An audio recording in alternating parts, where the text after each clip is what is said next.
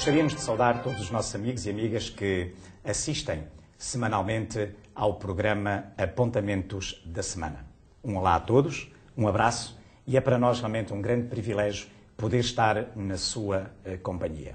Connosco hoje nós temos dois convidados que nos vão acompanhar ao longo do resto deste trimestre. Estou-me a referir ao pastor Paulo Lima e à Joana Curado, a quem desde já quero saudar e dar as boas-vindas. Boa tarde. Obrigado. Boa tarde. Obrigada. É bom realmente estar na vossa companhia e eu tenho a certeza que os meus amigos irão também apreciar realmente estas duas caras que são jovens e que, de facto, assim, dessa maneira, irão entrar de certeza também na vossa mente e no vosso coração.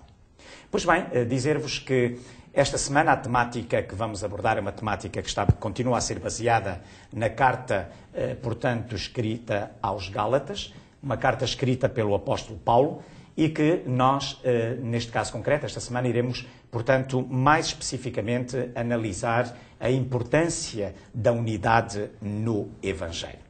Verão que, na realidade, é interessante, verão que, na realidade, os aspectos práticos desta análise, deste estudo, vai ser extraordinariamente fundamental para decisões da nossa vida, porque ela tem que ver com a coerência entre aquilo que dizemos e aquilo que nós vivemos.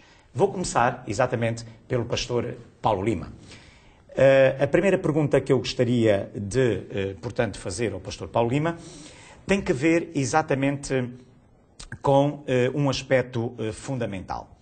O apóstolo Paulo, ele foi um homem, sobretudo a partir da sua conversão, portanto, a caminho de Damasco, ele esforçou-se, a partir desse momento, esforçou-se por promover a unidade dentro da Igreja, sobretudo nas circunstâncias ou naquela circunstância quando ele era confrontado com o erro e com a difamação.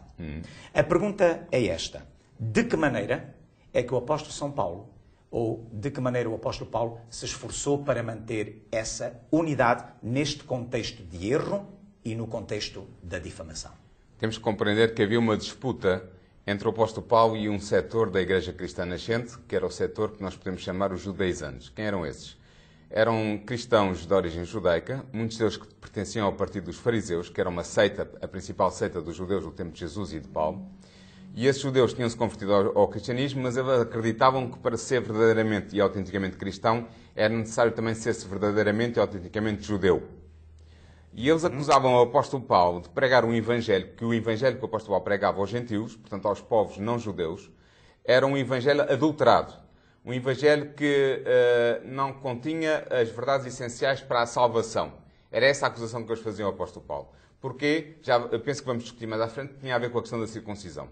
Ora bem, o que é que acontece? O apóstolo Paulo, ele diz-nos na sua carta aos Gálatas, no capítulo 2, logo no princípio, que 14 anos depois de se ter convertido, ele foi obrigado a subir até Jerusalém, que era onde estava a sede da Igreja Apostólica na altura, onde os principais apóstolos estavam reunidos, para dar conta do evangelho que pregava e ver se não havia cumprimento na unidade da Igreja.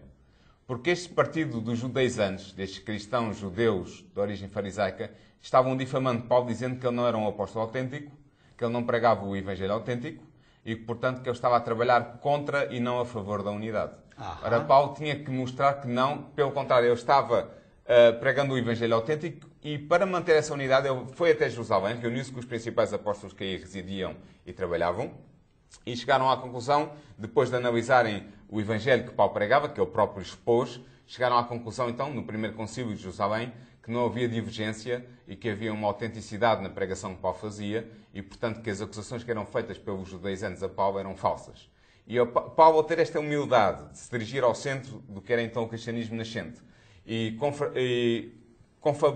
falar com os apóstolos que eram então residentes em Jerusalém e mostrar o que é que ele estava a fazer entre os gentios, esta humildade de Paulo manteve a unidade entre os apóstolos e manteve, portanto, a unidade entre os cristãos. Interessante. Há um elemento fundamental que o pastor Paulo Lima realmente partilha com cada um de nós, que é exatamente a importância desta característica da humildade, digamos que neste caso concreto Paulo vai, de facto, digamos, ter para realmente transmitir essa mensagem clara de que, de facto, portanto, era fundamental que a Igreja se mantivesse unida, na verdade, à volta, digamos, dos ideais.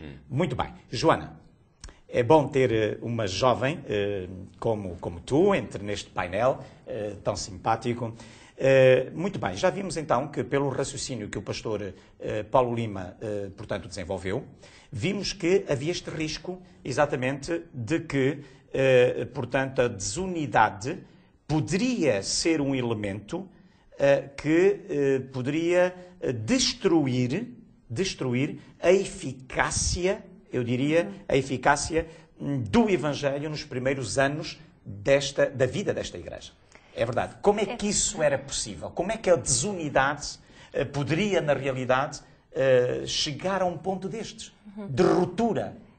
Destruir a eficácia, Joana.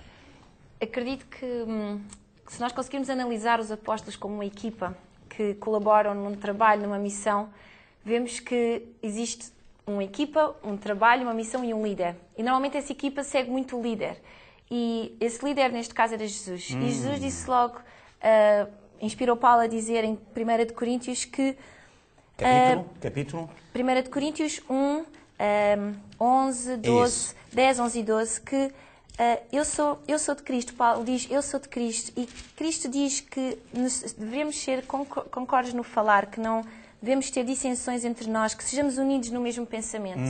Por isso, se o nosso objetivo, como o objetivo dos apóstolos na altura, como fazendo parte da equipa cujo líder era Jesus, seguirem aquilo que ele disse, se à partida começassem a ter alguma desunidade, estavam à partida a aniquilar um bocadinho o elo de ligação com Jesus, porque eles teriam que seguir os princípios que Jesus teria dito anteriormente. Se Jesus disse, sejam concordantes, sejam unidos, se no início estavam completamente a fomentar uma desunião, não estavam sequer a seguir aquilo que o próprio líder lhes tinha dito.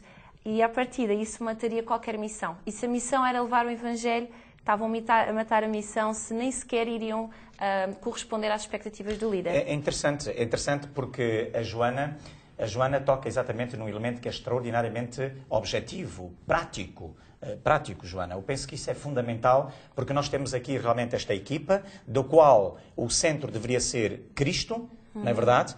E em Cristo, só em Cristo é que eles encontrariam a eficácia, digamos, do Evangelho. Isto é fundamental. Ou seja, a partir do momento em que os apóstolos quebrassem esta ideia, esta possibilidade, que é a possibilidade relacional deles com Cristo, portanto, esta eficácia, digamos, era posta em causa automaticamente. E então aí poderíamos falar de desunidade, com certeza, na verdade. Claro. Muito bem. Pastor Paulo Lima, temos que continuar. Por favor, sintam-se à vontade. Isto é um painel de diálogo, ok? E, portanto, sempre que quiserem intervir e tiverem algum pensamento para acrescentar, estejam perfeitamente à vontade. Tendo como base, digamos, este raciocínio que acabamos de ter, era interessante que um ponto, e penso que isto vem um bocadinho em consequência ou na sequência daquilo que acabamos de falar e raciocinar com a Joana, que é o seguinte: sendo que a circuncisão era um ponto tão central na disputa entre Paulo, por um lado, e, neste caso concreto, certos cristãos judeus, por que razão é que esta mesma circuncisão, digamos, era assim um ponto tão central? Por que razão? É muito simples, é que na altura... Repare, porque na realidade a Joana falava de um centro capital que é Jesus, sim, não é? E agora aparece a circuncisão. Bem, Jesus era judeu e era circuncidado. Certamente, nós temos o relato nos Evangelhos que ele foi circuncidado ao 8º dia. Portanto, até nesse sentido, os judeus, os cristãos judaizantes podiam apontar para Jesus. Ora bem, o que é que eles diziam? Eles diziam era basicamente isto. Nós somos o povo de Deus, portanto, nós temos a revelação de Deus, e nós somos judeus na medida em que somos circuncidados, porque a circuncisão era o símbolo carnal, físico, da aliança que tinha sido estabelecida entre Deus e o ancestral mais remoto do povo judeu, que era Abrão, que depois foi renovada essa aliança com os outros patriarcas, foi renovada no Sinai com Moisés, entrega da lei, E, portanto, esta circuncisão era um sinal da aliança, de ser membro do povo de Deus. E o que é que eles pensavam? E era também um sinal de identidade religiosa, como não podia deixar de ser. E era tão importante neste aspecto que, se nós formos ver na história anterior dos judeus, 100 anos antes do nascimento de Jesus e de Paulo, com os Macabeus, que foram os líderes que reconquistaram a independência para o povo judeu antes de eles serem anexados pelo Império Romano, os Macabeus conquistaram toda aquela região à volta e todos aqueles povos que foram anexados ao reino de Deus e não eram circuncidados, eles obrigaram-nos a circuncidar-se. Portanto, era tal a importância do sinal da circuncisão como sinal de membresia do povo de Deus. Isto é muito importante. Isto é muito importante para que os nossos amigos possam também perceber realmente a importância que isto tinha. Sem dúvida, era crucial. Era para crucial. um judeu era crucial. Pois, daí esta introdução que o pastor Paulo Lima faz é pertinente. É pertinente para que nós possamos perceber, na verdade, esta questão da disputa. E o que é que acontece? Os judeus cristãos diziam, nós somos judeus, pertencemos ao povo de Deus. Portanto, todos aqueles, nós estamos dispostos a aceitar os gentios que se convertam ao Evangelho. Mas para eles serem membros do povo de Deus, têm que se tornar judeus. Era o que pensavam assim, têm que se tornar judeus. E para se tornarem judeus têm que ser circuncidados. E eles diziam mesmo, e nós vemos em Atos 15, versículo 1, se eu não me engano, em que aparecem estas palavras na boca dos judeus cristãos judaizantes, que diziam, para os gentios, se vós não vos circuncidados, não vos podereis salvar. Muito bem. Portanto, era essa a identidade... Atos capítulo 15, versículo 15, versículo 1. Muito bem. Portanto, era essa a importância que eles davam. E Paulo dizia, não senhor, isto não é verdade. Ora, aí é que está. E aí está a razão da disputa. Ora bem, exatamente. No fundo, reparem, é extraordinário. Paulo vai ao ponto de dizer, cuidado, não é exatamente, embora a circuncisão tenha sido um elemento importante, digamos, não é? Da identificação nacional e da aliança com Deus. Exatamente, e da aliança com Deus. Agora Paulo chega ao ponto de dizer, tudo bem, mas cuidado, esse não é o que é fundamental para realmente a salvação. Exatamente. Isto é extraordinário. Isto é extraordinário. E é aqui o ponto central. Sobretudo porque vem de um judeu. Paulo era um judeu e Paulo era judeu de origem e era também fariseu originalmente. Exatamente. Portanto, ele não era um qualquer que se lembrou um dia de se rebelar contra as ideias do judaísmo. Não, ele era uma pessoa que estava enraizada no judaísmo, mas ele tinha uma visão diferente sobre a questão. Sobretudo pela sua conversão. Exatamente, portanto, depois da conversão. É isso que é extraordinário. Sim. O apóstolo São Paulo, portanto, o apóstolo Paulo, neste caso concreto, compreende, e esta era realmente a razão da disputa. Joana, nós temos que avançar, como é lógico, porque o tempo também vai passando e portanto, a determinada altura, nós vemos aqui aparecer um personagem de nome Pedro.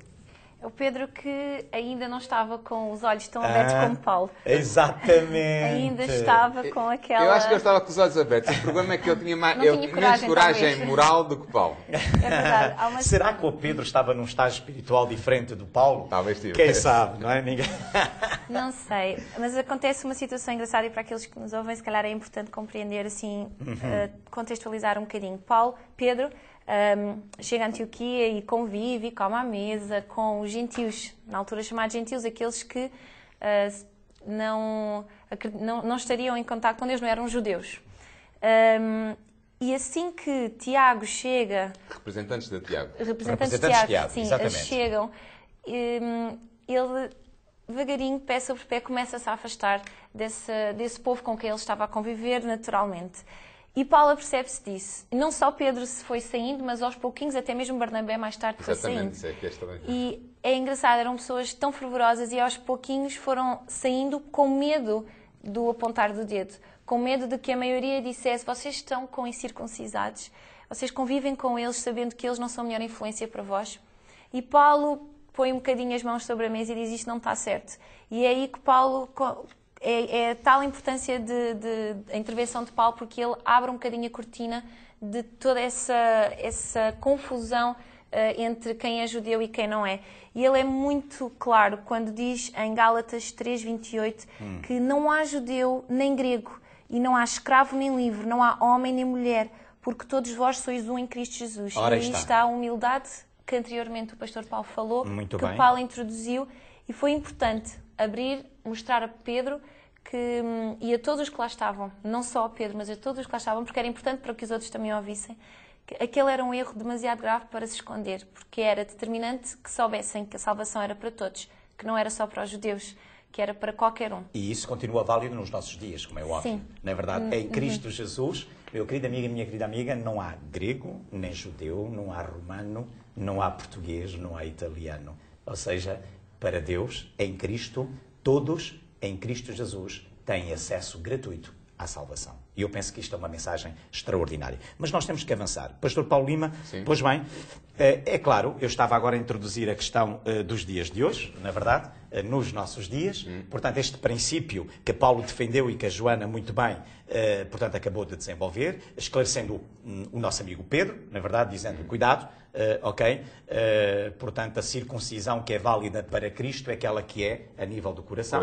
Na verdade, aquela que ocorre através de uma conversão efetuada pelo Espírito Santo na nossa vida. E, realmente, agora, a pergunta que eu lhe fazia, pastor Paulo Lima, é, portanto, deve a unidade da Igreja, hoje também, hoje, nos nossos dias, deve a unidade da Igreja ser preservada à custa da verdade? A resposta mais simples é dizer que não. Mas é preciso explicar porquê. Ora bem. Se nós pensarmos no caso de Lutero, por exemplo, no século XVI, princípio do século XVI, quando ele foi confrontado na dieta, se não me engano, foi de Worms. Quando ele foi confrontado com a oposição da Igreja Católica e ele estava ali um homem praticamente sozinho, com as suas verdades descobertas das Sagradas Escrituras, das páginas, nomeadamente de Gálatas, o que é que ele fez? Ele sabia que estava a pôr em risco a unidade da Igreja. Lembre-se que nessa altura não havia ainda protestantes, não havia evangélicos, não havia reformados, não havia adventistas do sétimo dia. Havia cristãos que estavam todos debaixo da Igreja, que hoje reconhecemos como sendo a Igreja Católica Apostólica Romana. E Lutero sabia que iria pôr em causa a unidade dessa Igreja, que era também a sua. Mas ele optou por defender a verdade, permanecer firme no que ele sabia ser a verdade evangélica, a verdade da Bíblia, a verdade do Novo Testamento. E preferiu arriscar perder-se a unidade do que arriscar perder-se a verdade que ele tinha redescoberto. Portanto, isso é um primeiro aspecto que mostra que a unidade da Igreja é fundamental, mas não pode ser comprada de maneira nenhuma à custa da verdade do Evangelho. Nós não podemos manter a unidade subvertendo a verdade. Isso é um princípio. A unidade deve ser afirmada sobre o fundamento da verdade. Muito bem. Era isso que eu ia dizer. Sobre o fundamento da verdade. Muito bem. Agora, o que é que acontece? Hoje estamos em busca de unidade entre os cristãos. O Conselho Mundial das Igrejas procura restabelecer essa unidade. Infelizmente, a minha perspectiva, eu penso que o pastor estará de acordo comigo e a Joana também, é que eles procuram buscar essa unidade à custa da verdade. Procurando pontos de contacto é verdade, mas também cedências de parte a parte. Ora, como é que pode haver cedências se as pessoas que estão a fazer as cedências estão a fazer cedências no domínio dos princípios teológicos, no domínio dos princípios de interpretação da doutrina bíblica? Como é que pode haver cedências? E no fundo, não estão eles convites da verdade. E no fundo foi isso que o apóstolo Paulo quis chamar a atenção, não é? Quis Exatamente. alertar, não é? Portanto, a minha posição, resumindo, voltando à resposta inicial, deve a unidade ser preservada à custa da verdade? Não. A unidade é fundamental, deve ser preservada, mas sob o fundamento da verdade. Muito bem. Muito bem. Eu penso que isso é importante. Joana, uma última pergunta para ti, porque o tempo já se esgotou.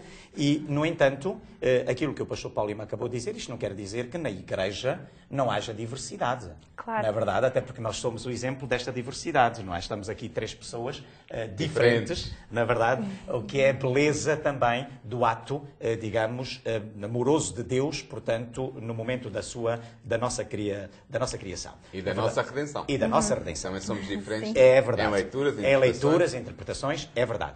Portanto, a última pergunta para ti, Joana, seria, neste caso, uma vez que não se põe em causa aqui a diversidade, portanto, na Igreja, eu punha a questão no sentido contrário. Como é que esta diversidade, então, nos pode ajudar a crescer?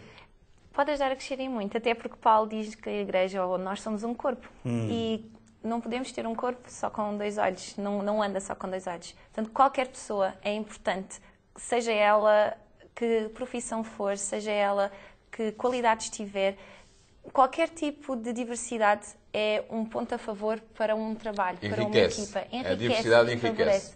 E isso só pode fazer crescer. Se fôssemos todos iguais, além de ser monótono, se tivéssemos todos os mesmos talentos, iria ser uma constante luta, uma constante competição, e isso não iria ajudar a crescer. E é muito importante sabermos que somos um corpo e cada um é diferente e contribuímos todos, sem exceção, qualquer um, para a obra e para crescer. Por isso, não há como existir uma igreja viva ou uma missão lutadora sem diversidade. Por isso, ninguém é desprezável numa missão destas. É bonito este pensamento. Eu diria então, a modo de conclusão, eu diria que na realidade aceitemos realmente a diversidade, aceitemos-nos uns aos outros com os dons e os talentos completamente diferentes uns dos outros, mas percebamos que isso só será realmente válido se no centro da nossa vida e da vida de cada um de nós estiver Cristo. Foi para isto que o apóstolo São Paulo realmente alertou. Afinal, ele é a verdade, não é? Ele disse, eu sou a verdade. Exatamente. Portanto, Unidade no Evangelho. E o Evangelho só é possível com Jesus no centro. Isto é válido também para si, meu querido amigo e minha querida amiga.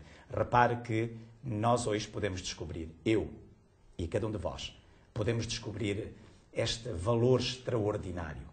Hoje, o apelo que Deus faz a si, a mim e a cada um de nós que estamos aqui, é que aceitemos circuncidar o nosso coração. Aceitemos entregar o nosso coração a Jesus. E tenho a certeza que se Ele for o centro da sua vida, nós somos capazes de perceber que a diversidade ajudará a um enriquecimento da Igreja. Que Deus o abençoe, a si, aos seus, e marcamos ponto de encontro para a próxima semana com este querido painel, com o pastor Paulo Lima e também com a Joana Curado. Até lá, um abraço para si, um abraço para vós. obrigado. Obrigada.